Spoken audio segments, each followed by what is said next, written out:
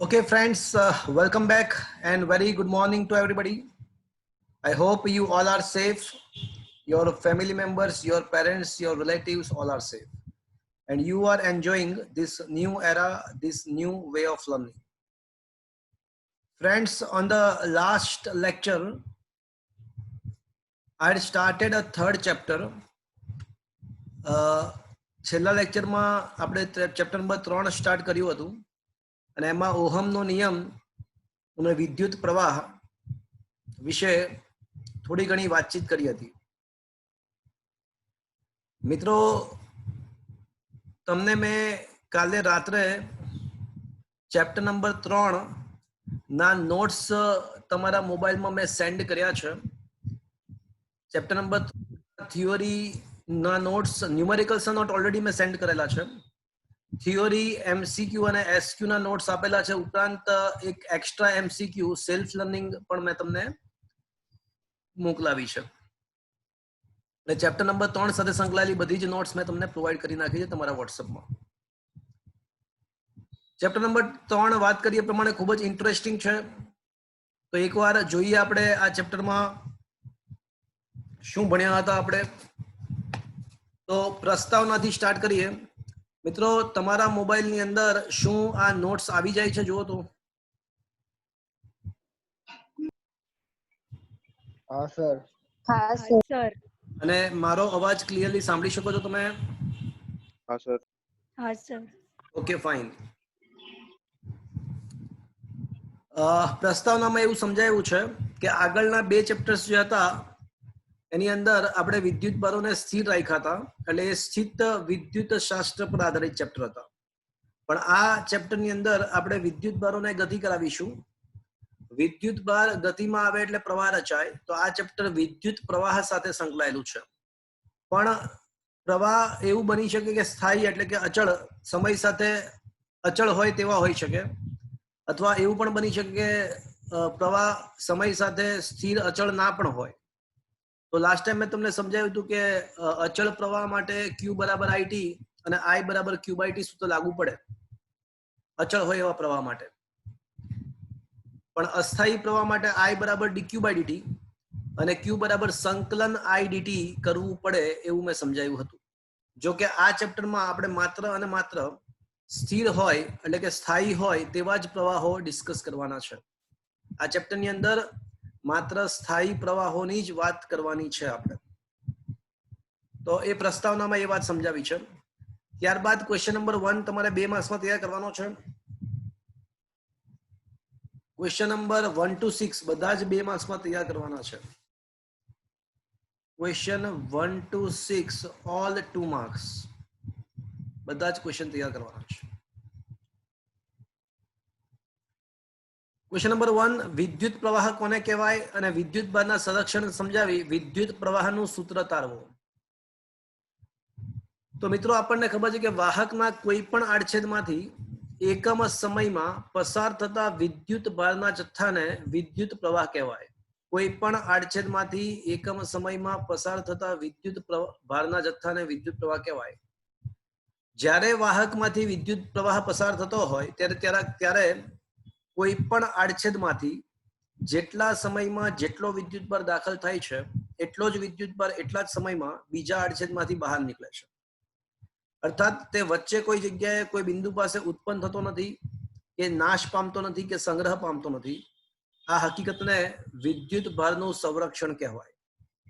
એટલે વાહકમાંથી જ્યારે પ્રવાહ પસાર થાય ત્યારે દરેક બિંદુ પરથી એક સરખી જેટલા સમયમાં જેટલો વિદ્યુત ભાર દાખલ થાય એટલા જ સમયમાં એટલો વિદ્યુત ભાર બીજા આડછેદમાંથી બહાર નીકળે. ધારો કે કોઈ આડછેદમાંથી ડેલ્ટા ટી સમયગાળામાં, ધારો કે કોઈ આડછેદમાંથી ડેલ્ટા ટી સમયગાળામાં પસાર થતો વિદ્યુત ભારનો જથ્થો ડેલ્ટા ક્યુ હોય તો વ્યાખ્યા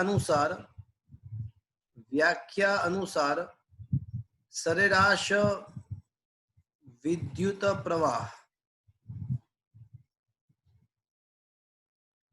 is equals to delta Q upon delta T થશે વ્યાખ્યા અનુસાર. પણ જો તમારે તત્કાલીન પ્રવાહ શોધવો હોય તો શું કરવું પડે મિત્રો? કોઈ કહેશે? dq by dt. I બરાબર dq by dt કરવું પડે. તો સરેરાશ વિદ્યુત પ્રવાહ delta q by delta t, તત્કાલીન પ્રવાહ dq by dt. આ સૂત્ર વ્યાપક સૂત્ર છે અને આપણને ખબર છે કે જો i અચળ હોય, તો આના પરથી જ આપણે સાબિત કરી શકીએ કે i બરાબર q by t અને q બરાબર it, જો i અચળ હોય તો, અન્યથા નહીં. તો 2 માર્ક્સનો ક્વેશ્ચન, વિદ્યુત પ્રવાહની વ્યાખ્યા આપો, વિદ્યુત ભારનું સંરક્ષણ સમજાવી પ્રવાહનું સૂત્ર તારવો. તો ટી સમયે તત્કાલીન પ્રવાહનું સૂત્ર તારવો એવો ક્વેશ્ચન હતો, પતી ગયો. થોડી એક્સ્ટ્રા ઇન્ફોર્મેશન છે. વિદ્યુત પ્રવાહનો એકમ એમ્પિયર છે, કુલંબ પ્રતિ સેકન્ડ થાય. 1 એમ્પિયરની વ્યાખ્યા તમને ચેપ્ટર નંબર 4 માં ચુંબકીય અસરો પરથી 1 એમ્પિયરની વ્યાખ્યા આપી શકાય છે. પણ તમને કોઈ એવું પૂછે કે 1 એમ્પિયર પ્રવાહ ક્યારે વહે છે એવું કહી શકાય. તો જો કોઈ વાહકના આડછેદમાંથી 1 સેકન્ડમાં પસાર થતો વિદ્યુત ભારનો જથ્થો 1 કુલંબ હોય તો પસાર થતો પ્રવાહ 1 એમ્પિયર છે તેમ કહેવાય. યાદ રાખજો, આ 1 એમ્પિયરની વ્યાખ્યા નથી. 1 એમ્પિયરની વ્યાખ્યા તો ભવિષ્યમાં શીખીશું. પણ કોઈ તમને એવું પૂછે કે વાહકમાંથી પસાર થતો પ્રવાહ 1 એમ્પિયર છે તેવું ક્યારે કહેવાય, તો 1 સેકન્ડમાં 1 કુલંબ પસાર થાય વિદ્યુત ભાર, તો પ્રવાહ 1 એમ્પિયર કહેવાય.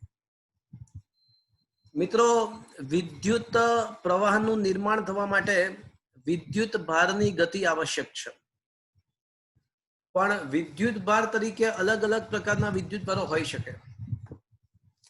જો ધાતુ પદાર્થો હોય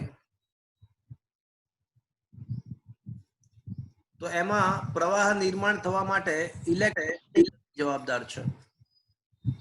એટલે ધાતુ પદાર્થની અંદર પ્રવાહ કોને કારણે ઉત્પન્ન થાય એવું કોઈ પૂછે તો કહી શકાય કે ધાતુ પદાર્થમાં પ્રવાહ ઇલેક્ટ્રોન્સની ગતિને કારણે રચાય છે. અર્ધવાહકો, જે ભવિષ્યમાં શીખવાડવામાં આવશે, કે અર્ધવાહકોમાં વિદ્યુત પ્રવાહનું નિર્માણ કોને કારણે થાય, તો ઇલેક્ટ્રોન અને હોલને કારણે અર્ધવાહકોમાં પ્રવાહ રચાય છે. તો અર્ધવાહકોમાં હોલ શું છે અને હોલ વડે કઈ રીતે પ્રવાહ રચાય એ તો 14મા ચેપ્ટરમાં શીખીશું. પણ તમને કોઈ એવું પૂછે કે અર્ધવાહક રચનામાં વિદ્યુત પ્રવાહ કોને કારણે રચાય છે, કોની ગતિને કારણે, તો ઇલેક્ટ્રોનની અને હોલની ગતિને કારણે રચાય છે. હોલ શું છે એની વાત ભવિષ્યમાં કરીશું. વિદ્યુત દ્રાવણમાં આ બધા એસક્યુ જો મિત્રો, કદાચ નવી પેપર સ્કીમની અંદર એસક્યુ આવી શકે છે. હજી નવી સ્કીમ આવી નથી. કદાચ એવું પણ બને કે 50 એમસીક્યુ 50 સબ્જેક્ટિવ હોય, કદાચ એસક્યુ પણ એડ થાય. હજી સુધી કોઈ ડિક્લેરેશન થયું નથી, પણ આ બધા એસક્યુ માં આવી શકે કે વિદ્યુત દ્રાવણની અંદર પ્રવાહ કોને કારણે રચાય. તો તમારે કેમેસ્ટ્રીમાં ઇલેક્ટ્રોલાઇટ એવું આવતું હશે, જેમ કે H2SO4 નું દ્રાવણ હોય તો એમાં 2H+ આયન હોય અને SO4 2- આયન હોય. તો વિદ્યુત દ્રાવણની અંદર પોઝિટિવ આયન્સ અને નેગેટિવ આયન્સ વડે વિદ્યુત પ્રવાહ નિર્માણ પામે છે. એટલે વિદ્યુત દ્રાવણમાં વિદ્યુત પ્રવાહના નિર્માણ માટે ધન અને ઋણ આયન જવાબદાર છે.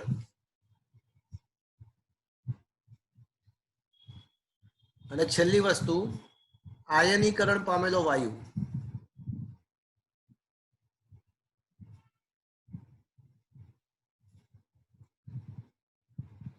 તો મિત્રો, આયનીકરણ પામેલો વાયુ, તો H2 ગેસ છે તો એનું આયનીકરણ થાય તો 2H+ + 2 ઇલેક્ટ્રોન માઇનસ.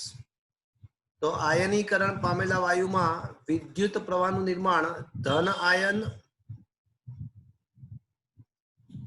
અને ઇલેક્ટ્રોનને કારણે થશે. એટલે આયનીકરણ પામેલા વાયુમાં વિદ્યુત પ્રવાહનું નિર્માણ ધન આયન અને ઇલેક્ટ્રોન્સની ગતિને કારણે થાય. તો 4 એસક્યુ થયા. કયા પદાર્થમાં વિદ્યુતનું નિર્માણ કેવી રીતે થાય એ આપણે ભણ્યા. યાદ રાખજો મિત્રો, ઘણીવાર વિદ્યુત પ્રવાહનું નિર્માણ ધન વિદ્યુત ભારોની ગતિને કારણે થાય, ઇલેક્ટ્રોન્સ ઋણ વિદ્યુત ભારિત કણ છે એની ગતિને કારણે પણ પ્રવાહ રચાય. પરંતુ રિવાજ મુજબ, રૈવાજિક રીતે વિદ્યુત પ્રવાહની દિશા ધન વિદ્યુત ભારની ગતિની દિશામાં જ લેવામાં આવે છે. વિદ્યુત પ્રવાહની દિશા ધન વિદ્યુત ભારની ગતિની દિશામાં લેવામાં આવે છે. આ રિવાજ છે. તો વિદ્યુત પ્રવાહ ધન વિદ્યુત ભારની ગતિની દિશામાં લેવામાં. એટલે તમને કોઈ એવું પૂછે કે માની લો કે આ કોઈ વાહક છે અને આ વાહકની અંદર માની લો કે ઇલેક્ટ્રોન જમણી બાજુ ગતિ કરે છે, ઇલેક્ટ્રોન આમ જમણી બાજુ ગતિ કરે છે, તો મને કહો કે તો પછી પ્રવાહ કઈ તરફ રચાશે?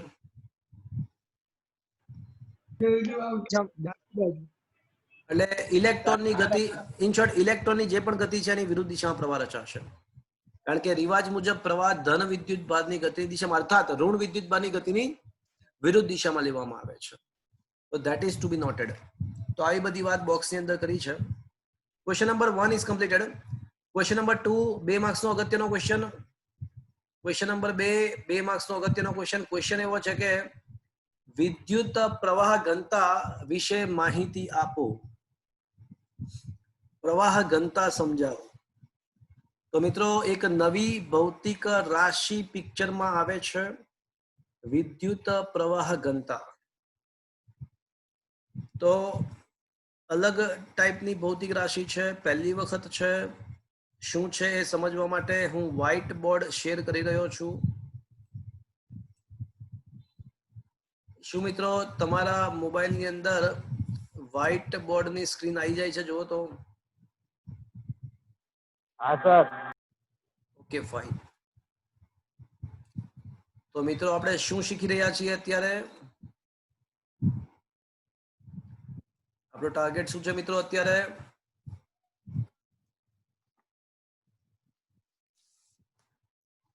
વિદ્યુત પ્રવાહ ઘનતા. હા, આપણો ટાર્ગેટ અત્યારે છે વિદ્યુત પ્રવાહ ઘનતા સમજવાનો. ઓકે.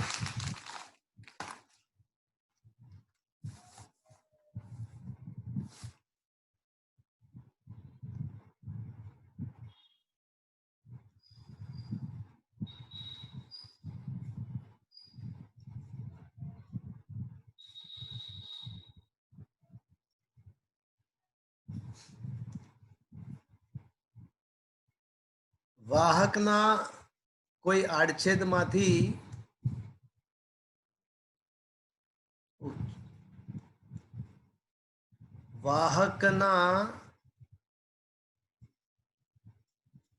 કોઈ બિંદુ પાસે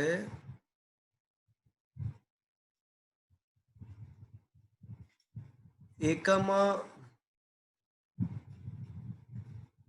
આડછેદ દીઠ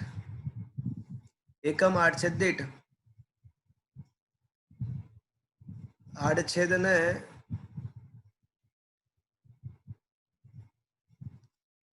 લંબ રૂપે પસાર થતા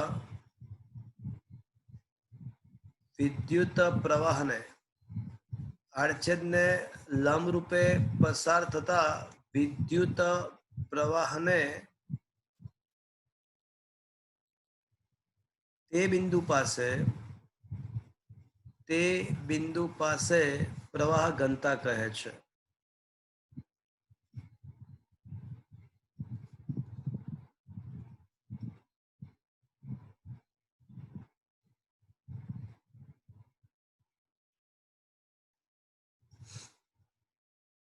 તો મિત્રો ધારો કે કોઈ બિંદુ પાસે ડેલ્ટા એ જેટલો આડછેદ છે અને એમાંથી ડેલ્ટા આઈ જેટલો પ્રવાહ પસાર થાય છે. તો વ્યાખ્યા અનુસાર સરેરાશ પ્રવાહ ઘનતા સરેરાશ જે તો એકમ આડછેદમાંથી લંબ રૂપે પસાર થતો વિદ્યુત પ્રવાહ એટલે સરેરાશ પ્રવાહ ઘનતા જે બરાબર ડેલ્ટા આઈ બાય ડેલ્ટા એ. જો તમે limit delta A tends to 0 લઈ લો તો તત્કાલીન અથવા તાત્ક્ષણિક અથવા તત્સ્થાનિક જે તે સ્થાનનો પ્રવાહ ઘનતા ડીઆઈ અપોન ડીએ થશે. તો આના પરથી કહી શકાય મિત્રો કે ડીઆઈ ને સૂત્રનો કરતા બનાવીએ તો જે ડીએ થાય. આના પરથી કહી શકાય કે જો ડીઆઈ ને સૂત્રનો કરતા બનાવીએ તો જે ડીએ બંને બાજુ સંકલન કરતા બંને બાજુ જો સંકલન કરવામાં આવે તો સંકલન ડીઆઈ ઇઝ ઇક્વલ્સ ટુ સંકલન જે ડીએ. માની લો કે જે અચળ છે, જો જે અચળ હોય તો જે બહાર આવી જશે અને સંકલન ડી એટલે એ થશે. તો મિત્રો આઈ જા, ના હોય તેલ પીવા જા. તો પ્રવાહ આઈ બરાબર જા. મિત્રો આ સૂત્ર માત્ર ત્યારે જ સાચું કે જો જે અચળ હોય અને આડછેદ લંબ હોય. જે અચળ અને આડછેદ લંબ હોય. જો એવું ના હોય તો જે ઇઝ નોટ ઇક્વલ્સ ટુ અચળ અને આડછેદ લંબ ના હોય તો આવા સંજોગોમાં આઈ શોધવા માટે સંકલન જે ડોટ ડીએ કરવાનું. આ પેલા ફ્લક્સ જેવું જ છે કે જો ઈ અચળ ઇલેક્ટ્રિક ફિલ્ડ અચળ તો ઈ ડોટ એ, અને જો ઈ અચળ ના હોય તો સંકલન ઈ ડોટ ડીએ કરવું પડે. તો સિમિલરલી જો જે અચળ અને આડછેદ લંબ, મિત્રો આડછેદ લંબ હોવું એટલે આડછેદની દિશા સમાંતર હોવી, યાદ છે ને? આડછેદ લંબ હોવું એટલે આડછેદની દિશા સમાંતર હોવી, એટલે જે અને ડી ક્ષેત્રફળ સદિશ વચ્ચેનો ખૂણો શૂન્ય થાય એટલે cos 0 1 થાય એટલે જે આવે. તો ખરેખર તો સૂત્ર શું થાય ખબર છે? જે ડોટ એ થાય. પણ આડછેદ લંબ હોય, યાદ છે ને? આડછેદ હોય તો આડછેદની દિશા સમાંતર થઈ જાય, યાદ છે? ઇલેક્ટ્રિક ભણ્યા હતા.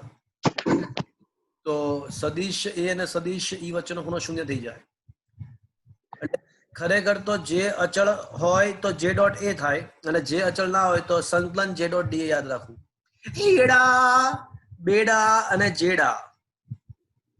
ઇલેક્ટ્રિક ફ્લક્સ સંકલન ઈ ડોટ ડીએ, મેગ્નેટિક ફ્લક્સ સંકલન બી ડોટ ડીએ, અને વિદ્યુત પ્રવાહ શોધવો હોય તો સંકલન જે ડોટ ડીએ થાય. એડા બેડા જેડા.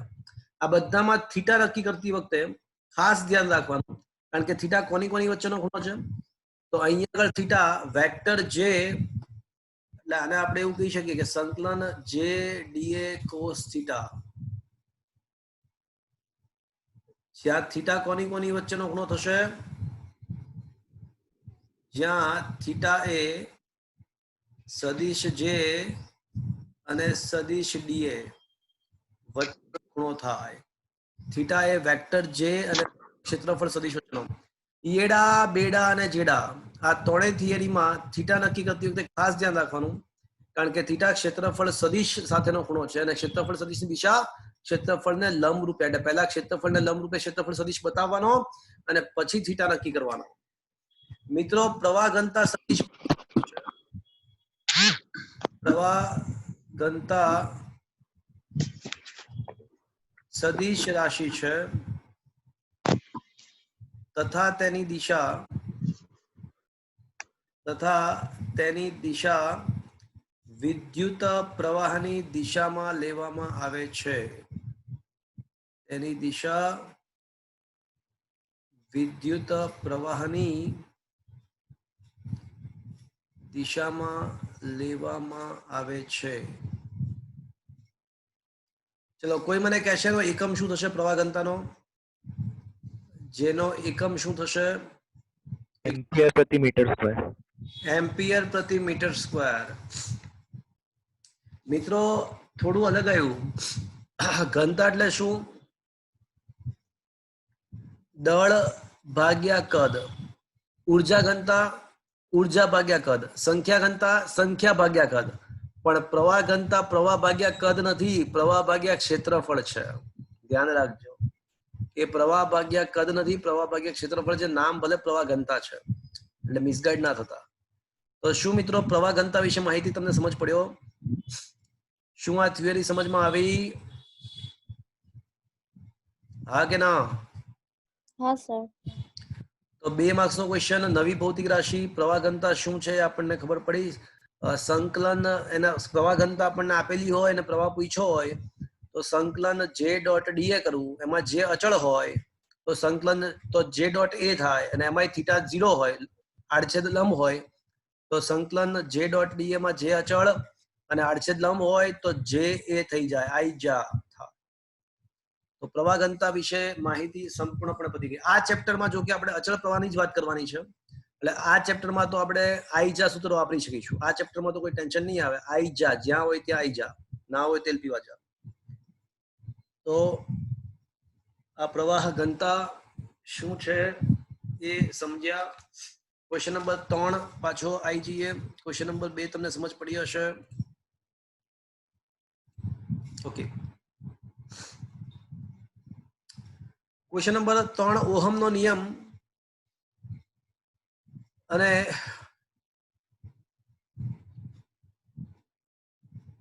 ઓહમના નિયમની મર્યાદા. Question number 4. તો બંને ભેગા થઈને 4 માર્ક્સમાં પૂછાઈ શકે, એટલે બંને અલગ અલગ 2 માર્ક્સમાં પૂછાય. તો ઓહમનો નિયમ તમે 10મા ધોરણમાં ભણી ચૂક્યા છો. સેમ ટુ સેમ જ નિયમ છે કે નિશ્ચિત ભૌતિક પરિસ્થિતિમાં વાહકમાંથી વહેતો પ્રવાહ તેના આડછેદમાં તેના બે છેડા વચ્ચેના વિદ્યુત સ્થિતિમાનના તફાવતના સમપ્રમાણમાં હોય છે. અર્થાત આઈ ચલે છે વી. બીજી ભાષામાં એવું કહી શકાય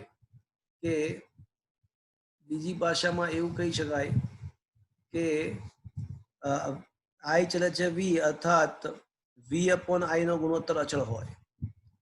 અર્થાત વી અપોન આઈ નો ગુણોત્તર અચળ હોય. આ અચળ ગુણોત્તરને વાહકનો અવરોધ કહેવાય.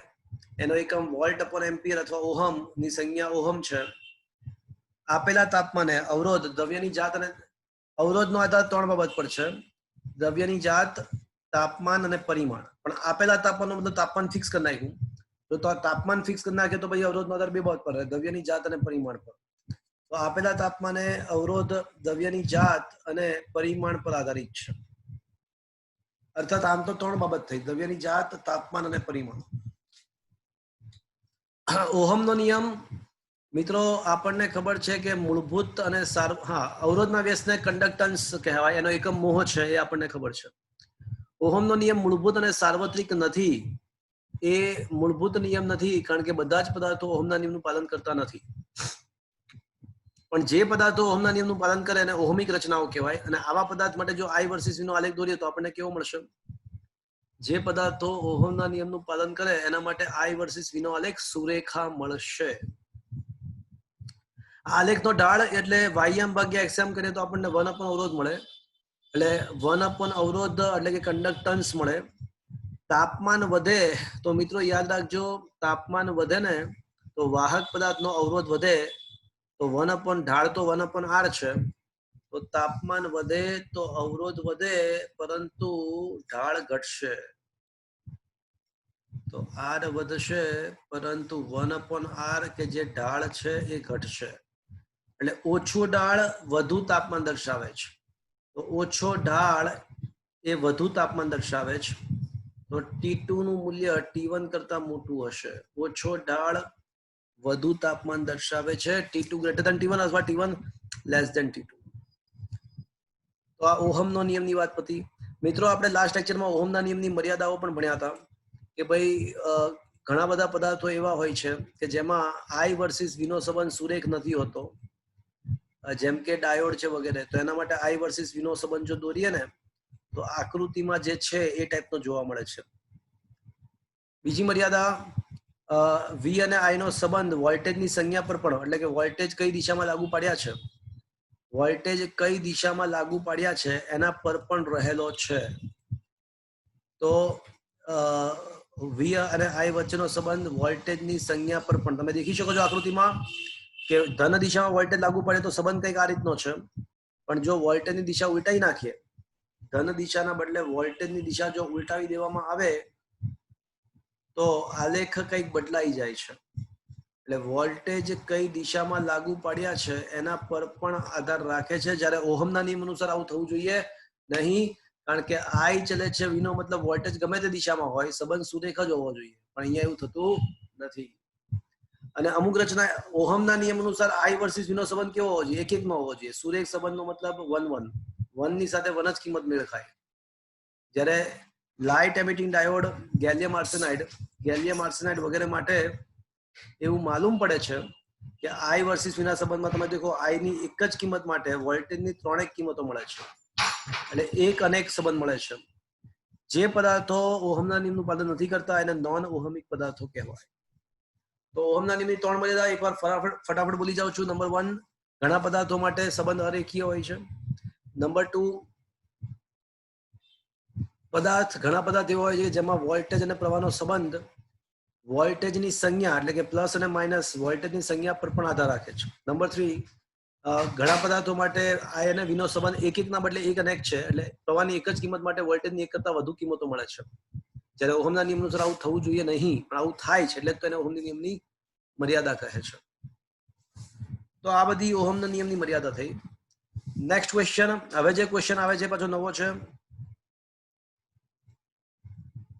અવરોધ એટલે શું તે પરિમાણ પર કેવી રીતે આધાર રાખે છે તે સાબિત કરો. તો મિત્રો, મેં તમને લાસ્ટ ટાઈમ એવું સમજાવી દીધું હતું કે પ્રયોગો દર્શાવે છે કે આર ચલે છે એલ અને આર ચલે છે આર એ લંબાઈના સમપ્રમાણમાં અને આડછેદના વ્યસ્ત પ્રમાણમાં. એવું મેં તમને લાસ્ટ ટાઈમ એવું કીધું હતું કે પ્રયોગો પરથી એવું માલુમ પડે છે કે આર ચલે છે એલ અને આર ચલે છે 1/a. પણ એ કયા પ્રયોગો હતા એની વાત હવે કરવાની છે. તો ક્વેશ્ચન નંબર 5 3 માર્ક્સમાં કે અવરોધ એટલે શું અને પરિમાણ એટલે કે લંબાઈ અને આડછેદ પર કેવી રીતે આધાર રાખે છે તે પ્રયોગો સાથે સમજાવો. સૌથી પહેલા તો અવરોધ કોને કહેવાય? તો જ્યારે કોઈ વાહકમાંથી ઇલેક્ટ્રોન્સ કે વિદ્યુતભાર પસાર થતા હોય ત્યારે એને રૂકાવટ નડે, આયનો સાથે અથડાતા ગતિ કરે. તો ઇલેક્ટ્રોન્સ જ્યારે પસાર થતા હોય ત્યારે વાહકમાં અથડામણ અનુભવતા ગતિ કરે, એટલે એની ગતિ અવરોધાય. ગતિ રોકાય, એ ગતિ જે રોકાવાના ગુણધર્મને જે ગતિ જે અવરોધ પામે છે ગુણધર્મને જ વાહકનો અવરોધ કહે છે. તો વાહકમાં વિદ્યુત ભારોની ગતિને અવરોધવાના ગુણધર્મને તેનો વિદ્યુત અવરોધ કહે છે. ચલો મિત્રો, હવે મારો ટાર્ગેટ શું છે કોઈ કહેશે મને? હવે આપણો ટાર્ગેટ શું છે કોઈ કહેશે?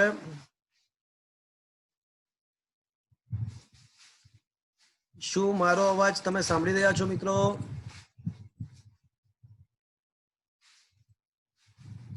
મારો અવાજ સંભળાય છે મિત્રો? હા સર. ઓકે, તો ટાર્ગેટ શું છે અત્યારે હવે આપણો? વિદ્યુત અવરોધ શોધવાનો. અવરોધ પરિમાણ પર કેવી રીતે આધાર રાખે છે? લંબાઈ અને આડછેદ પર. કઈ અવરોધનો આધાર 3 બાબત પર છે: દ્રવ્યની જાત, તાપમાન અને પરિમાણ. એમાં તાપમાન વધે તો અવરોધ વધે. એ શા માટે પછી શીખવાડીશ. દ્રવ્યની જાત પર આધારિત છે, સ્વાભાવિક છે, કારણ કે ધાતુ પદાર્થનો અવરોધ ઓછો હોય, લાકડું વગેરેનો અવરોધ વધારે હોય. દ્રવ્યની જાત પર આધારિત છે, સ્વાભાવિક છે. પણ પરિમાણ પર આધારિત કઈ રીતે છે? અવરોધ પરિમાણ પર કેવી રીતે આધાર રાખે છે એ હવે શોધી રહ્યા છીએ. તો હવે જે ટોપિક છે આપણો એ અવરોધનો પરિમાણ પરનો આધાર છે.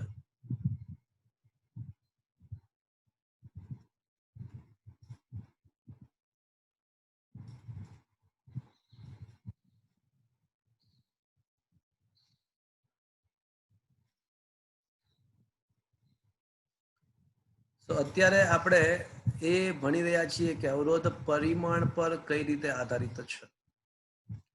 So that is our target.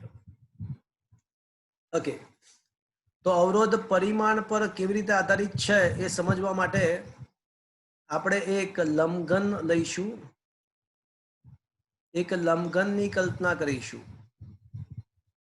પરિમાણ પર અવરોધ કેવી રીતે આધારિત છે એ જાણવા માટે એક લંબઘનની કલ્પના કરીશું. ઓકે,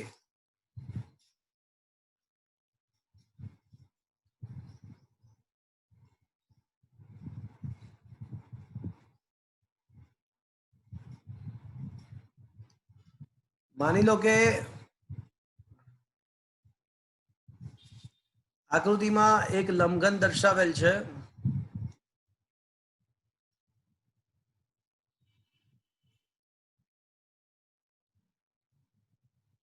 અત્યારે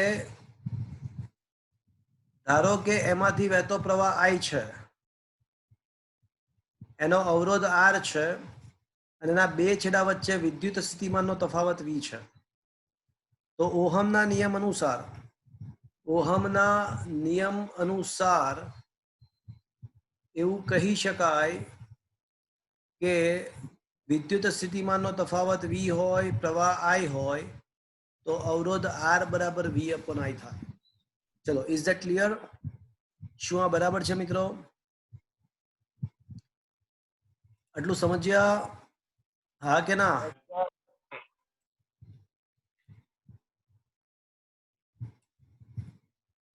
શું આટલું સમજ્યા? હા સર. ઓકે.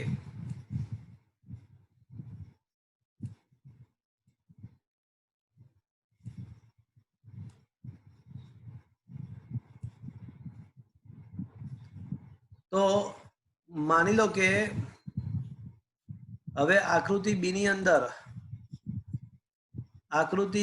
અંદર માની લો કે આવા બે સેમ ટુ સેમ લંબઘન મેં એની બાજુમાં મૂક્યા છે. એકબીજાને ટચ કરીને આવા બે લંબઘન મેં મૂક્યા છે અને એમાંથી પણ I જેટલો પ્રવાહ અમે પસાર કર્યો છે. આવા બે લંબઘન મેં બાજુમાં મૂક્યા છે અને એમાંથી પણ પ્રવાહ I પસાર કરવામાં આવે છે.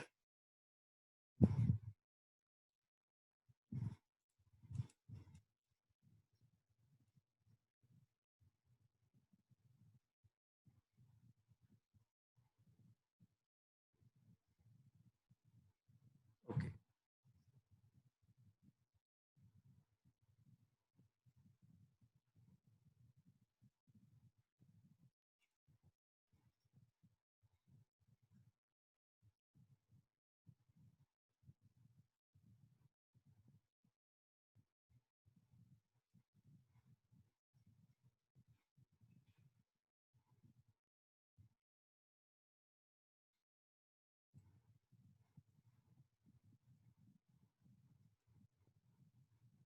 હવે માની લો કે આવા સંજોગોમાં પ્રવાહ I પસાર થાય, પણ આ રીતે બે લંબઘન બાજુમાં મૂક્યા હોવાને કારણે બંનેમાંથી પ્રવાહ એક સરખો જ I પસાર થશે, કારણ કે પ્રવાહના વહન માટે એક જ માર્ગ છે. એટલે બંને જે ચોસલાઓ છે, લંબઘન ચોસલાઓ, એમાંથી પ્રવાહ I જ પસાર થશે અને બંને ચોસલાઓ સમાન છે એટલે બંનેનો અવરોધ પણ સમાન હશે. તો આવા સંજોગોમાં એવું કહી શકાય કે પ્રવાહ સમાન હોય, અવરોધ સમાન હોય, તો એના વોલ્ટેજ પણ સમાન હોય. એટલે પ્રવાહ I છે તો ઉપરની આકૃતિ પરથી, અને અવરોધ આનો પણ બંને ચોસલા સમાન હોવાથી બંનેનો અવરોધ પણ સમાન હશે. તો I જો પ્રવાહ વહેતો હોય સમગ્ર રચનામાંથી, તો ઉપરયુક્ત ચર્ચા પરથી કહી શકાય કે આના બે છેડા વચ્ચેના વોલ્ટેજ પણ V હશે અને આના બે છેડા વચ્ચેના વોલ્ટેજ પણ V હશે. તો હવે ઓહમનો નિયમ લગાડીએ. તો હવે ઓહમના નિયમ અનુસાર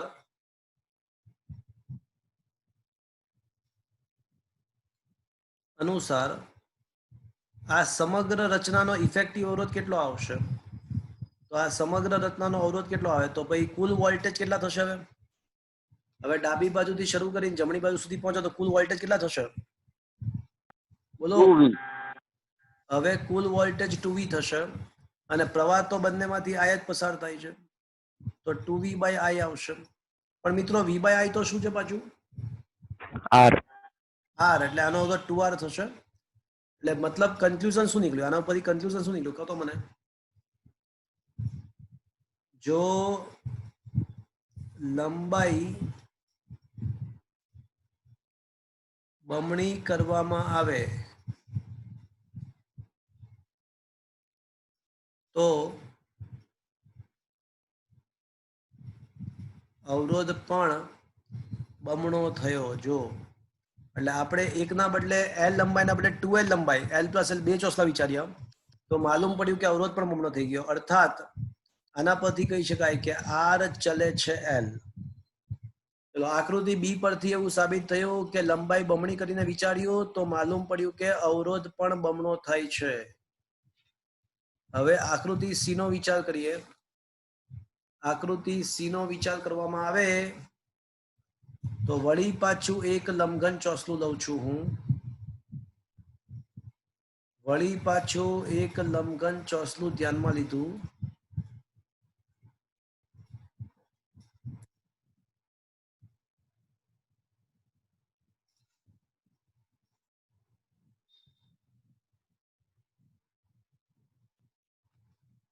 હવે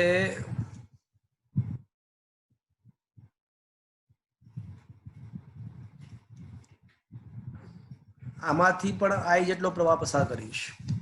આમાંથી પણ આઈ જેટલો પ્રવાહ પસાર કરીશું. પરંતુ હવે છે ને હું આ ચોસલાને બે પાર્ટમાં ડિવાઈડ કરી દઉં છું.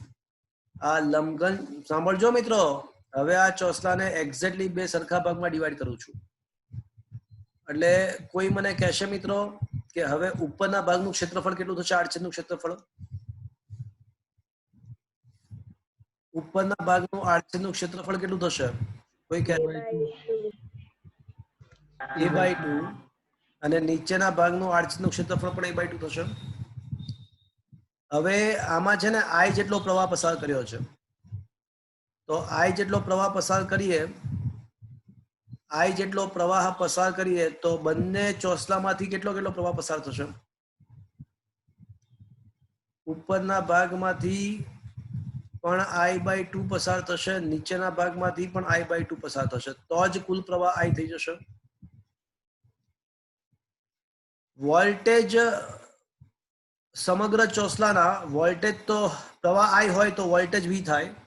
તો ઉપરના અડધા ચોસલાને પણ જો વોલ્ટેજ તો બંનેને સરખા જ મળશે, કારણ કે વોલ્ટેજ તો અંત્ય બિંદુઓ પર જ વિચારેલા હોય. તો ચાહે ઉપરનું અડધું ચોસલું હોય કે નીચેનું અડધું ચોસલું હોય, બંનેના વોલ્ટેજ તો વી જ થશે, પણ પ્રવાહ અડધો અડધો ડિવાઈડ થઈ જશે. હવે કોઈ એક a/2 આડછેદ વાળા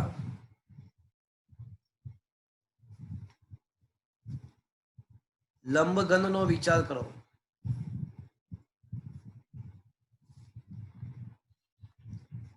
તો ઓહમના નિયમ અનુસાર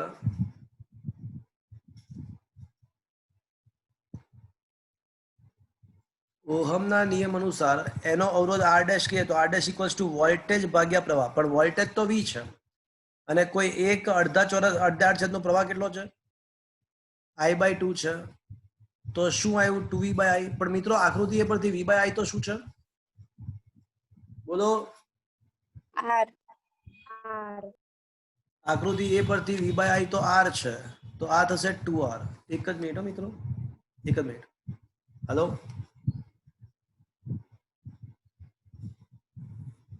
અ 2 વાગ્યા પછી ફોન કરીને મોકલજો ને, ફોન કરી દે.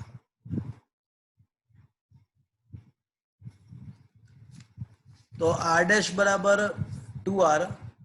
તો આમ કોઈ અડધું ચોસલું, અડધું અડધ્યું ધ્યાનમાં લીધું, તેનો અવરોધ ડબલ થઈ ગયો. મતલબ શું થયો? કોઈ મને કહેશે ને મતલબ અર્થઘટન શું થયું? જો આડછેદ અડધો કરવામાં આવે તો અવરોધ બમણો થાય છે. જો આડછેદ અડધો કરવામાં આવે તો અવરોધ બમણો થયો. એનો મતલબ શું થયો? કે આડછેદના સમપ્રમાણમાં કે આડછેદના વ્યસ્ત પ્રમાણમાં? તો સમીકરણ 1 અને સમીકરણ નંબર 2 પરથી કહી શકાય કે R ચલે છે L/A, લંબાઈના સમપ્રમાણમાં આડછેદના વ્યસ્ત. તો R બરાબર ρL/A, જ્યાં ρ ને દ્રવ્યની અવરોધકતા કહે છે. ρ ને દ્રવ્યની અવરોધકતા કહેવાય. યાદ રાખજો મિત્રો, અવરોધકતા માત્ર તાપમાન અને દ્રવ્યની જાત પર આધારિત છે. અવરોધકતા પરિમાણ પર આધારિત નથી અને અવરોધકતાનો એકમ ઓહમ ઇન્ટુ મીટર થાય. તો શું મિત્રો તમને આ થિયરી સમજમાં આવી? પરિમાણ પર કઈ રીતે અવરોધ બદલાય, લંબાઈના સમૂહ પ્રમાણમાં અને આડછેદના વ્યસ્ત પ્રમાણમાં કેમનું થયું એ ખબર પડ્યું મિત્રો? શું આ થિયરી સમજમાં આવ્યો મિત્રો? હા કે ના? હા. તો અવરોધ લંબાઈના સમૂહ પ્રમાણમાં અને આડછેદના વ્યસ્ત પ્રમાણમાં છે એવું સાબિત થયું. તો આ 3 માર્ક્સનો ક્વેશ્ચન મિત્રો 3 માર્ક્સમાં તૈયાર કરવાનો. સર બોલો. પેલો જે સી આકૃતિમાં કિસ્સો વિચારીએ એની ઉપર એકની ઉપર બીજું ચોસલું મૂકીને વિચારીએ તો બી સરખો જ જવાબ આવે. હા એ જ થાય. એટલે a/2 ચોસલું વિચારો તમે. કાં હા ઓકે. તો કરશો કાં તો 2a અને a વાળા ચોસલા વિચારો તો પણ એ થશે. બરાબર છે? હા ઓકે. વિચારજો. ઓકે. તો પાર્ટ 1 ની અંદર r ચલે છે l સાબિત થાય છે અને પાર્ટ 2 ની અંદર r ચલે છે 1/a સાબિત થાય છે. તો સમીકરણ 1 અને 2 પરથી સ્પષ્ટ છે કે r ચલે છે l/a. તો r = ρl/a. રો ને દ્રવ્યની અચળાંક છે, અવરોધકતા કહેવાય. દ્રવ્યની જાત, તાપમાન અને અમુક અંશે દબાણ પર આધારિત છે, પરિમાણ પર આધારિત નથી. રો નો એકમ ઓહમ × મીટર છે. તો અવરોધ શું છે અને પરિમાણ પર કેવી રીતે આધાર રાખે એ ડિસ્કસ કર્યું. ક્વેશ્ચન નંબર 6 અગત્યનો 2 માર્ક્સનો પ્રશ્ન. વાહકતા કોને કહેવાય એ સમજાવી જે બરાબર સિગ્મા ઈ સાબિત કરો. ફરીથી વાહકતા એટલે શું તે સમજાવી જે બરાબર sigma * a E electric field સાબિત કરો. તો મિત્રો હું વ્હાઇટ બોર્ડ શેર કરી રહ્યો છું.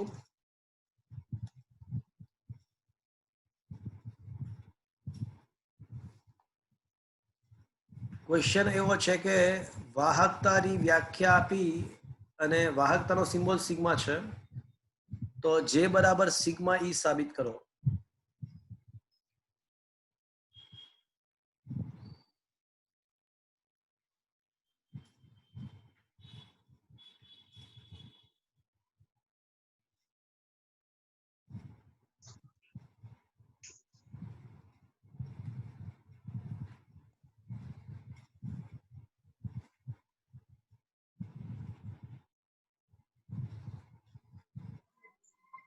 ઓકે ફ્રેન્ડ્સ,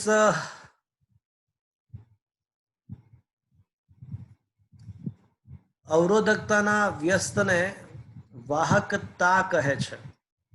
એનો એકમ અવરોધકતાના એકમ કરતા વ્યસ્ત એટલે મોહ મીટર ઇન્વર્સ થઈ જાય. અવરોધકતાના વ્યસ્તને વાહકતા કહે છે. એનો એકમ મોહ મીટર ઇન્વર્સ અથવા સાયમન મીટર ઇન્વર્સ પણ કહી શકાય. ચલો, એટલે વાહકતા શું છે આપણને ખબર પડી. ચલો, ઓહમના નિયમ અનુસાર ચલો શું લખું? કોઈ કહેશે મને? ઓહમના નિયમ અનુસાર શું લખું? બોલો. V = IR. R = V/I.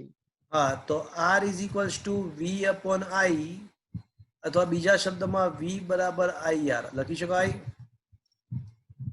હવે આપણને ખબર છે કે R તો શું છે?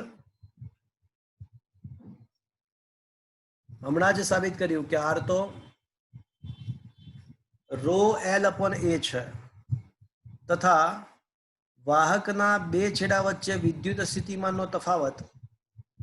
આ કોઈ વાહકના બે છેડા વચ્ચે વિદ્યુત સ્થિતિમાનનો તફાવત જો V હોય અને એમાં વિદ્યુત ક્ષેત્ર જો E હોય તો કેપેસિટરની બે પ્લેટ વચ્ચે યાદ છે V = ED હતું. કેપેસિટરની બે પ્લેટ વચ્ચેનું અંતર D હતું પણ વાહકની લંબાઈ L છે. તો વાહકની અંદર અચળ વિદ્યુત ક્ષેત્ર E હોય તો વિદ્યુત સ્થિતિમાનનો તફાવત V = ED ના બદલે અહીંયા આગળ EL આવશે. તો આ બંને કિંમતો ઉપર મૂકી દઈએ.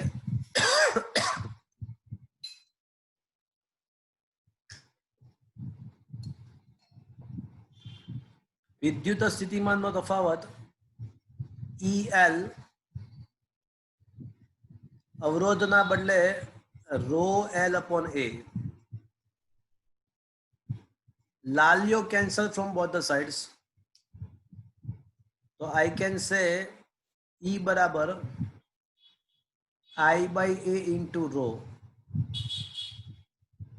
તો I/a બરાબર 1/ρ into E થશે. પણ મિત્રો યાદ કરો I by A તો શું હતું?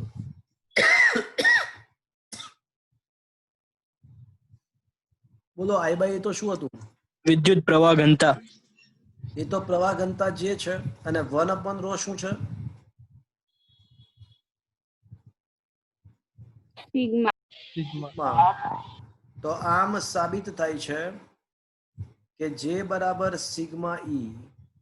આ સંબંધ સદિશ સ્વરૂપે પણ સાચો છે. આ સંબંધ સદિશ સ્વરૂપે પણ સાચો છે. તમને કોઈ એવું પૂછે કે J બરાબર સિગ્મા E એ ખરેખર કયા નિયમની વિશિષ્ટ રજૂઆત છે? તમે શું લખશો? ઓહમ. ઓહમના નિયમની જ રજૂઆત થઈ કહેવાય.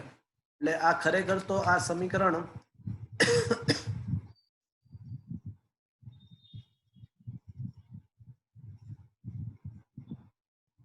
ઓહમના નિયમનું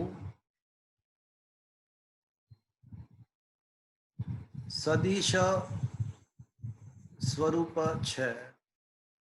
તો મિત્રો અગત્યનો 2 માર્ક્સનો પ્રશ્ન પતી ગયો. વાહકતા કોને કહેવાય એ જણાવી J બરાબર સિગ્મા E સાબિત કરો અથવા ઓહમના નિયમનું સદિશ સ્વરૂપ સાબિત કરો તો પણ આ જ આવે.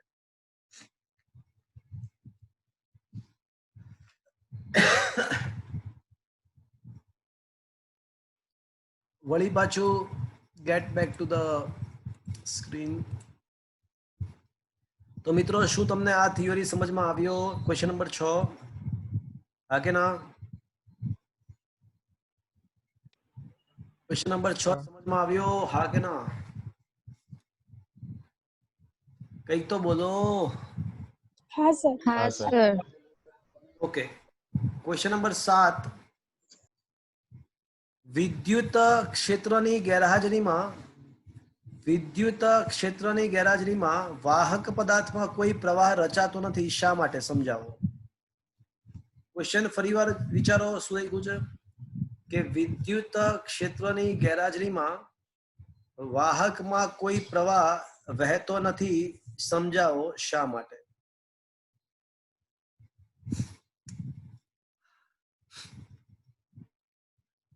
મિત્રો ધાતુ પદાર્થની અંદર પહેલા શું હોય એ વિચારીએ. મોટા ભાગના કિસ્સામાં ધાતુ પદાર્થો તમને કદાચ ખબર હશે કે ધાતુ પદાર્થો આવર્ત કોષ્ટકના સામાન્યતઃ પ્રથમ, દ્વિતીય કે તૃતીય સમૂહમાં હોય છે. ધાતુ પદાર્થો સામાન્યતઃ આવર્ત કોષ્ટક બીજા કે ત્રીજા સમૂહમાં હોય છે. એટલે એનો મતલબ એવો થયો કે ધાતુ પદાર્થની બાહ્યતમ કક્ષામાં ક્યાં તો 1 ઇલેક્ટ્રોન હોય, ક્યાં તો 2 ઇલેક્ટ્રોન હોય, ક્યાં તો 3 ઇલેક્ટ્રોન હોય. આપણે એલ્યુમિનિયમનું એક્ઝામ્પલ લઈએ તો એલ્યુમિનિયમની બાહ્યતમ કક્ષામાં 3 ઇલેક્ટ્રોન છે. એનો પરમાણુ ક્રમાંક 13 છે. Neon complete 3s2 3p1. તો એલ્યુમિનિયમના દરેક પરમાણુની બાહ્યતમ કક્ષામાં 3 ઇલેક્ટ્રોન્સ છે. તો આવા એલ્યુમિનિયમના અસંખ્ય પરમાણુઓ જ્યારે ભેગા થઈ અને એલ્યુમિનિયમ ધાતુ બનાવશે ત્યારે દરેક પરમાણુ પોતાનો જે 1 ઇલેક્ટ્રોન છે, પોતાના 3 ઇલેક્ટ્રોન છે એ મુક્ત કરી દેશે. કોઈ મને કહેશે એલ્યુમિનિયમ પરમાણુ ઇલેક્ટ્રોન મુક્ત કરે તો પોતે કેવો બની જાય? ધન ભારિત. ધન આયન બની જશે. તો આમ હવે કહી શકાય કે ધાતુ પદાર્થની અંદર 2 વસ્તુ હોય. મુક્ત થયેલા ઇલેક્ટ્રોન્સ હોય અને ધન આયનો હોય. તો ધાતુ પદાર્થમાં મિત્રો 2 જ વસ્તુ હોય છે, ઇલેક્ટ્રોન્સ અને ધન આયનો. ધન આયનો ધાતુ પદાર્થમાં અમુક ચોક્કસ સ્થાનોએ ગોઠવાઈ જાય છે, જેને લેટિસ બિંદુઓ કહેવાય છે. અને ધન આયનો લેટેસ્ટ બિંદુ પર આસપાસ જસ્ટ વાઇબ્રેશન કરતા હોય. ધન આયનો તેના મધ્યમાન સ્થાનની આસપાસ માત્ર વાઇબ્રેશન કરતા હોય. મુક્ત થયેલા ઇલેક્ટ્રોન્સ અસ્તવ્યસ્ત ગતિ કરતા હોય છે. તો આ મુક્ત ઇલેક્ટ્રોન્સના અસ્તવ્યસ્ત ગતિનો સરેરાશ બધા ઇલેક્ટ્રોનના સરેરાશ કાઢીએ વેગની, તો કોઈ મને કહેશે શું આવશે વેગની સરેરાશ? સરેરાશ કાઢવા માટે પહેલા બધાના વેગનો સરવાળો અને ડિવાઈડ બાય સંખ્યા કરવી પડે. આ વી એવરેજ નીકળી ગયું. અરે ભાઈ કોઈકના ઘરે મોબાઈલ છે.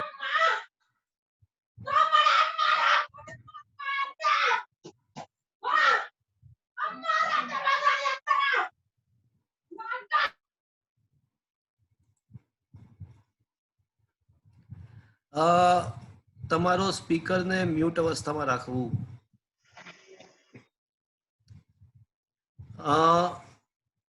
જો બધા જ ઇલેક્ટ્રોન્સની વેગની સરેરાશ કાઢવી હોય તો વેગનો સરવાળો ડિવાઈડ બાય તેની સંખ્યા.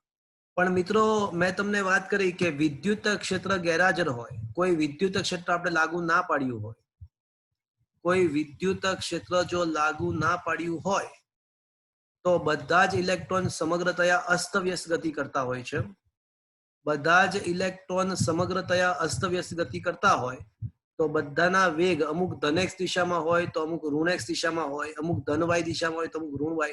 તો એ બધાના વેગનો સદિશ સરવાળો કરીએ, બધાના વેગનો સદિશ સરવાળો કરીએ તો અને સરેરાશ કાઢીએ તો શું આન્સર આવવો જોઈએ મિત્રો?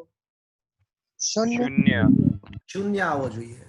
એનો મતલબ એવો થયો કે જો કોઈ વિદ્યુત ક્ષેત્ર લાગુ ના પાડ્યું હોય, જો કોઈ વિદ્યુત ક્ષેત્ર લાગુ ના પાડ્યું હોય તો એવા સંજોગોમાં ચોખ્ખો વેગ બધા જ ઇલેક્ટ્રોનની સરેરાશ કાઢીએ તો ચોખ્ખી ગતિ, વિદ્યુત ભારની ચોખ્ખી ગતિ શૂન્ય થઈ જશે. અને જો કોઈ ચોખ્ખી ગતિ ના થતી હોય તો પ્રવાહ ના રચાય. તો આમ સાબિત થાય છે કે બાહ્ય વિદ્યુત ક્ષેત્રની ગેરહાજરીમાં જો કોઈ વિદ્યુત ક્ષેત્ર લાગુ ના પાડ્યું હોય તો વિદ્યુત ભારની ચોખ્ખી ગતિ અર્થાત ચોખ્ખો વેગ, સરેરાશ વેગ શૂન્ય મળે છે અસ્તવ્યસ્ત ગતિના કારણે. આવા સંજોગોમાં કોઈ પ્રવાહ રચાઈ શકે નહીં, કારણ કે પ્રવાહની વ્યાખ્યા શું છે? એકમ સમયમાં પસાર થતા વિદ્યુત ભારોની સંખ્યા. પણ જો ભાઈ ગતિ ચોખ્ખો વેગ શૂન્ય હોય તો સંખ્યા પણ શૂન્ય જ છે એવું કહેવાય. તો વિદ્યુત પ્રવાહ ના રચાય. તો શું મિત્રો આ બાહ્ય વિદ્યુત ક્ષેત્રની ગેરહાજરીમાં પ્રવાહ કેમ નથી રચાતો? શું આ થિયરી સમજમાં આવી? આ થિયરી તમારે એમસીક્યુ માટે કન્સેપ્ચ્યુઅલી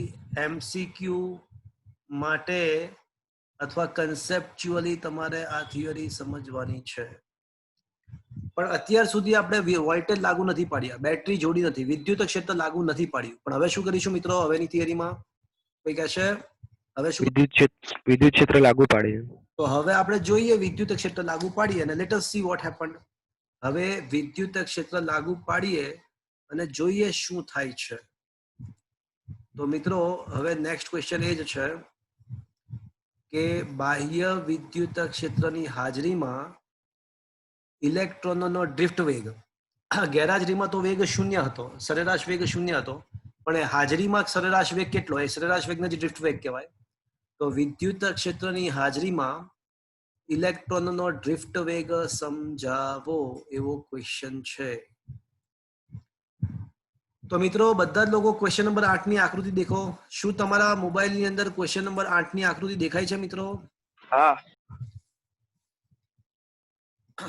ઓકે, તો ક્વેશ્ચન નંબર 8 ની અંદર તમે જુઓ તો મેં છે ને વાહક પદાર્થ સાથે બેટરી જોડેલી છે. વાહકની પદાર્થની અંદર આપણને ખબર છે કે ધન આયનો હોય એ પોતાના મધ્યમાન સ્થાનની આસપાસ વાઇબ્રેશન્સ કરતા હોય છે, લેટાઇસ બિંદુની આસપાસ, અને એની આસપાસના અવકાશમાં ઇલેક્ટ્રોન, મુક્ત ઇલેક્ટ્રોન્સ અસ્તવ્યસ્ત ગતિ કરતા હોય છે. મેં છે ને ધાતુની સાથે એક બેટરી જોડી છે. આ બેટરીનો ધન ધ્રુવ છે, આ ઋણ ધ્રુવ છે. એટલે અહીંયા આગળ ધન છેડો બન્યો, આ ઋણ ધ્રુવ બન્યો. વિદ્યુત ક્ષેત્ર ધનથી ઋણ તરફ હોય એટલે વિદ્યુત ક્ષેત્ર આ રીતે ધનથી ઋણ તરફ લાગુ પડશે, ડાબીથી જમણે બાજુ. મિત્રો ઇલેક્ટ્રોન તો ઋણ વિદ્યુત ભારિત કણ છે, તો એને વિદ્યુત ક્ષેત્રની દિશામાં બળ લાગશે કે વિરુદ્ધ દિશામાં બળ લાગશે? વિરુદ્ધ દિશા. તો ઇલેક્ટ્રોન તો ઋણ વિદ્યુત ભારિત કણ છે, એને વિદ્યુત ક્ષેત્રની વિરુદ્ધ દિશામાં બળ લાગે. તો તો બળનું સૂત્ર F બરાબર QE, પરંતુ ઇલેક્ટ્રોનનો વિદ્યુત ભાર તો -E છે, એટલે F બરાબર EE. જો માત્ર મૂલ્ય વિચારીએ તો EE થશે. આ ઋણ નિશાની માત્ર એવું દર્શાવે છે કે ઇલેક્ટ્રોન પર લાગતું બળ વિદ્યુત ક્ષેત્રની વિરુદ્ધ દિશામાં છે. અચ્છા, તમે જો આકૃતિમાં બે તમને ગતિપથ દેખાશે, A થી B અને A થી B ડેશ. હવે આ A થી B ગતિપથ છે ને એ વિદ્યુત ક્ષેત્રની ગેરહાજરીનો ગતિપથ છે. એટલે અસ્ત કોઈ એક ઇલેક્ટ્રોન ધ્યાનમાં લીધો અને અસ્તવ્યસ્ત ગતિ થાય છે. કોઈ એક ઇલેક્ટ્રોન ધ્યાનમાં લીધો, એની અસ્તવ્યસ્ત ગતિ થાય છે, અને માની લો કે એનો ગતિપથ A થી B છે વિદ્યુત ક્ષેત્રની ગેરહાજરીમાં. પણ જો વિદ્યુત ક્ષેત્ર લાગુ પાડીએ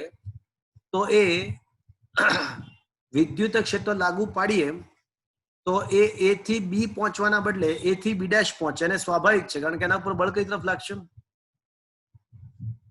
એના ઉપર બળ કઈ તરફ લાગતું હશે? વિદ્યુત ક્ષેત્રની વિરુદ્ધ દિશામાં બળ લાગે. એટલે જો વિદ્યુત ક્ષેત્ર ડાબી બાજુ હોય તો જમણી બાજુ બળ લાગશે. એટલે જમણી બાજુ બળ લાગે એટલે એનો મતલબ કે પહેલા જે જગ્યાએ પહોંચવાનો હતો એના કરતા થોડું વધારે જમણી બાજુ ખસશે. એટલે વિદ્યુત ક્ષેત્રને કારણે કોઈ મને કહેશે અસરકારક રીતે સ્થાનાંતર કેટલું થયું? વિદ્યુત ક્ષેત્રમાં A થી B તો જ હતો, વિદ્યુત ક્ષેત્રની હાજરીમાં A થી B ડેશ પહોંચ્યો, તો ઇફેક્ટિવલી વિદ્યુત ક્ષેત્રની હાજરીમાં એને કેટલું સ્થાનાંતર કર્યું?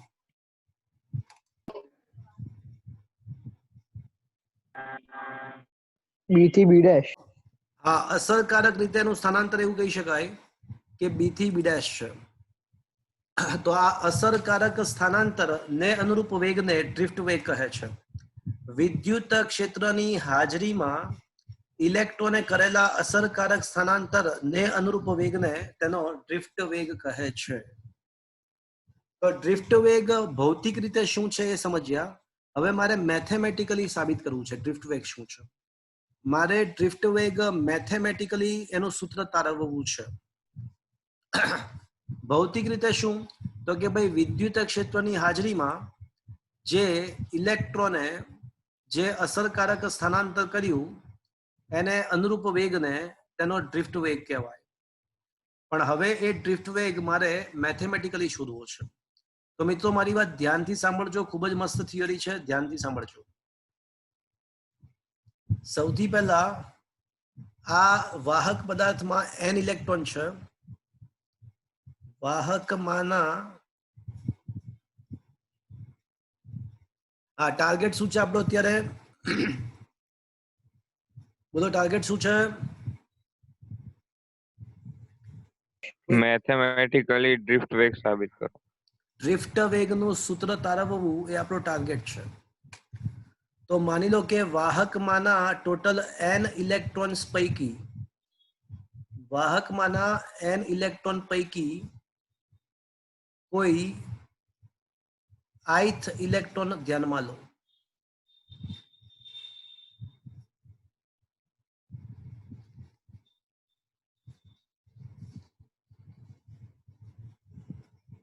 ધારો કે આ ઇલેક્ટ્રોન છે ને સતત આયન સાથે અથડાતો ગતિ કરતો હશે, અને એટલા માટે તો જો એનો ગતિપથ તૂટક રેખાથી બતાવ્યો. જો A થી B ડેશ નો જે ગતિપથ છે ને તૂટક રેખાથી બતાવ્યો છે, કારણ કે અથડાતો ગતિ કરે છે.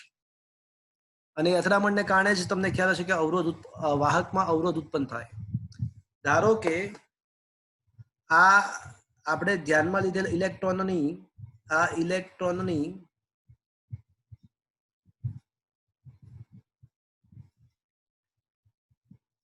કોઈ આયન સાથેની અથડામણ પછીનો તરત જ વેગ, અથડામણ પછી તરત જ તેનો વેગ, અથડામણ પછી તરત જ તેનો વેગ, અથડામણ પછી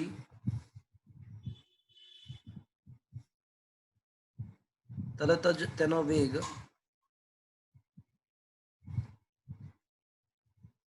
vi છે,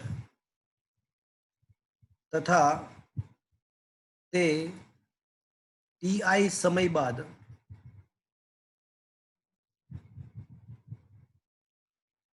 નવી અથડામણ કરે છે.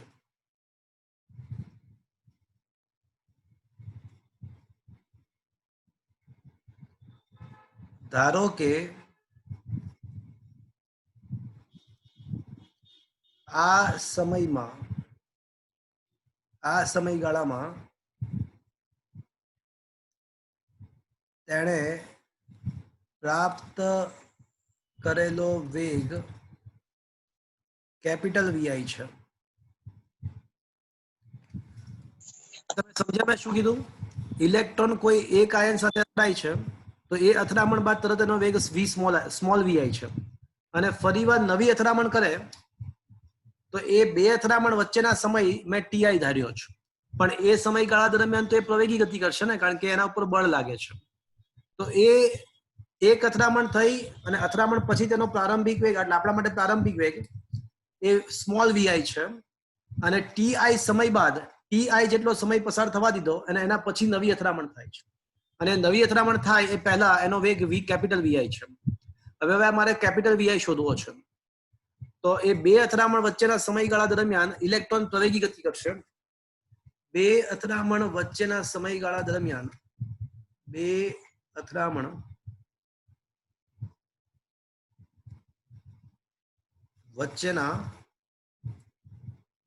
સમયમાં, એટલે કે કયા સમયમાં?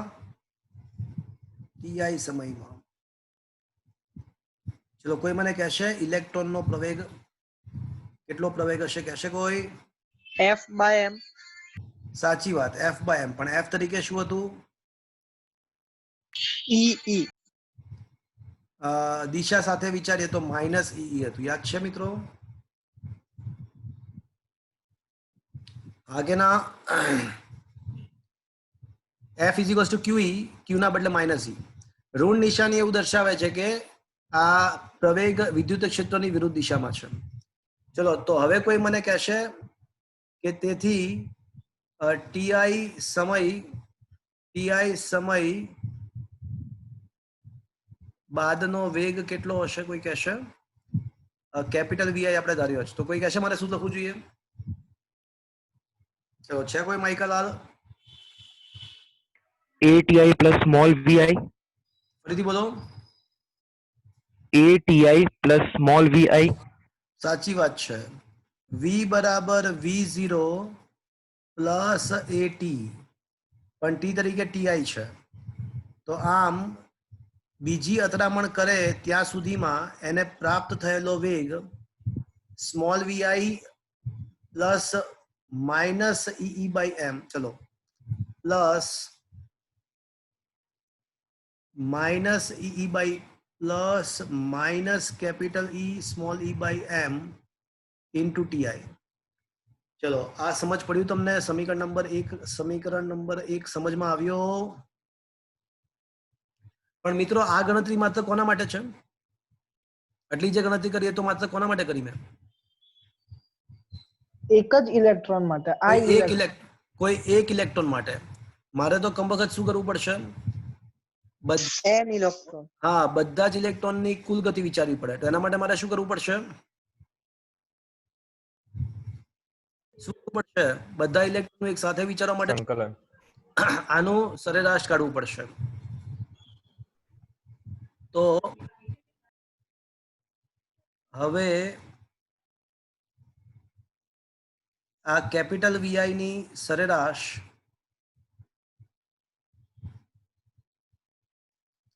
ને વાહકમાં ઇલેક્ટ્રોનનો ડ્રિફ્ટ વેગ કહે છે. તો ડ્રિફ્ટ વેગ વીડી બરાબર શું? તો કેપિટલ વીઆઈ ની સરેરાશ. પણ કેપિટલ વીઆઈ ની સરેરાશ કાઢવી હોય તો સ્મોલ વીઆઈ ની એવરેજ કાઢવી પડે, અને ઈ બાય એમ તો ફિક્સ છે, અને ટીઆઈ ની એવરેજ કાઢવી પડે.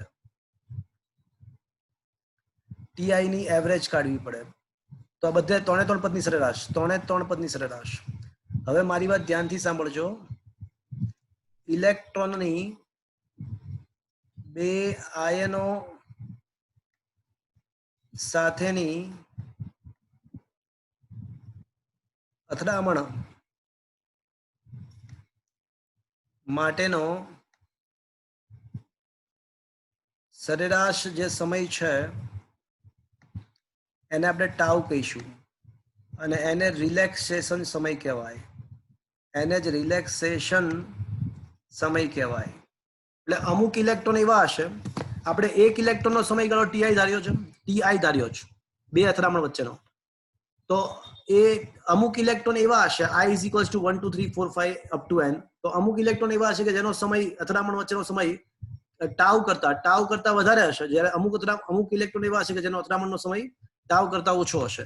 પણ એ બધાની સરેરાશ કાઢી નાખીએ તો આપણને બે અથડામણ બધા જ ઇલેક્ટ્રોન્સની બે ક્રમિક અથડામણ વચ્ચેનો સરેરાશ સમય મેં ટાઉ ધાર્યો, એને રિલેક્સેશન સમય કહેવાય.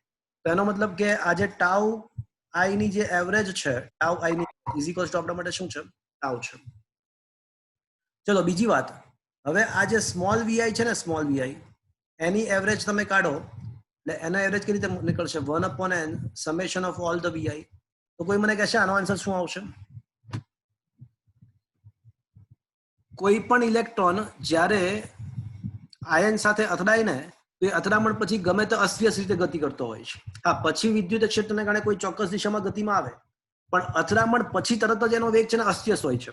તો બધા જ ઇલેક્ટ્રોનની જે અથડામણ થાય છે આયન સાથેની, અને પછીની ક્ષણનો જે વેગ હશે એ સાવ અસ્તવ્યસ્ત હોય.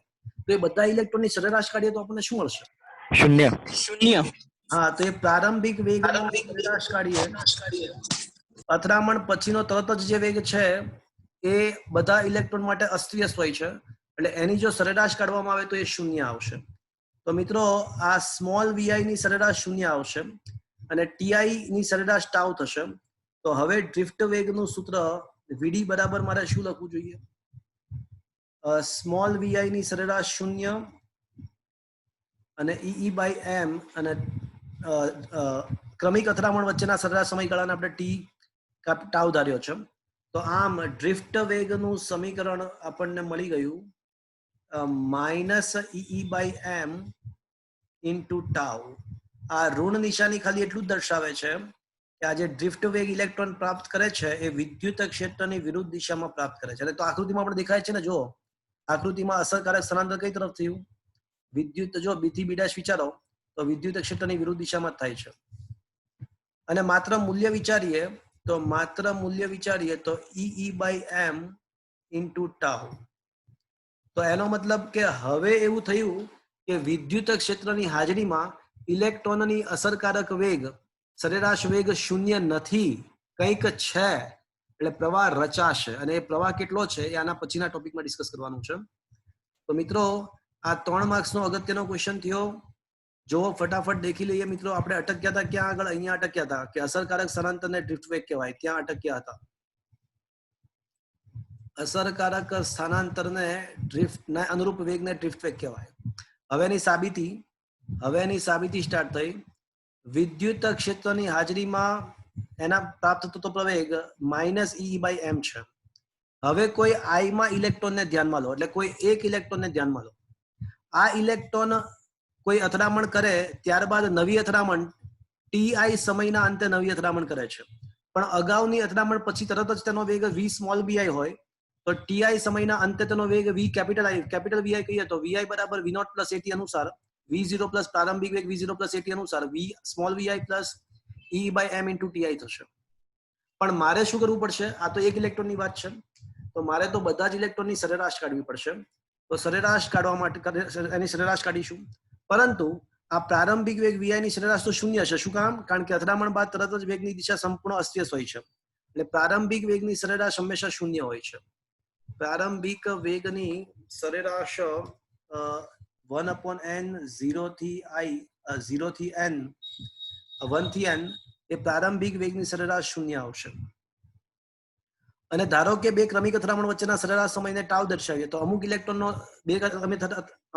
માટે બે ક્રમિક અથડામણ વચ્ચેનો સમય ટાઉ કરતા વધારે હોય, અમુક માટે ટાઉ કરતા ઓછો હોય, પણ સરેરાશ બધાનો ટાઉ થશે. એટલે તો ટીઆઈ આપણે જે ધાર્યો છે ને, ટીઆઈ એની સરેરાશ ટાઉ થશે. તો આ બધી કિંમતો સમીકરણ આગળનું જે સમીકરણ મળ્યું આપણને સમીકરણ 2, એ સમીકરણ 2 ની અંદર આ બધી કિંમતો મૂકી દેવામાં આવે તો પ્રારંભિક વેગની સરેરાશ શૂન્ય, સમયની સરેરાશ ટાઉ. તો આમ સાબિત થાય છે કે વીડી બરાબર ઈ બાય એમ ઇન્ટુ ટાઉ. તો શું મિત્રો આ થિયરી સમજમાં આવી? Is that clear? हाँ के ना? अरे કંઈક તો બોલો. હા સર. ઓકે, તો મિત્રો આજે મેં તમને 1 થી 8 ક્વેશ્ચન ચલાવ્યા. એમાં 8મો ક્વેશ્ચન તમારે 2 વખત લખવાનો છે. 8મો ક્વેશ્ચન 2 વખત હોમવર્કમાં. પહેલા 7 ક્વેશ્ચન 1 to 7 ક્વેશ્ચન એક વાર. તૈયાર બધા જ કરવાના છે. ખાલી એક 7મો ક્વેશ્ચન એમસીક્યુ માટે છે, બાકી તૈયાર બધા જ કરવાના છે. પણ હોમવર્કમાં 8 ક્વેશ્ચન પૈકી 1 થી 7 એક વાર, 8મો ક્વેશ્ચન 2 વાર. તો આજનો સેશન મિત્રો હું અહીંયા આગળ અંત કરી રહ્યો છું.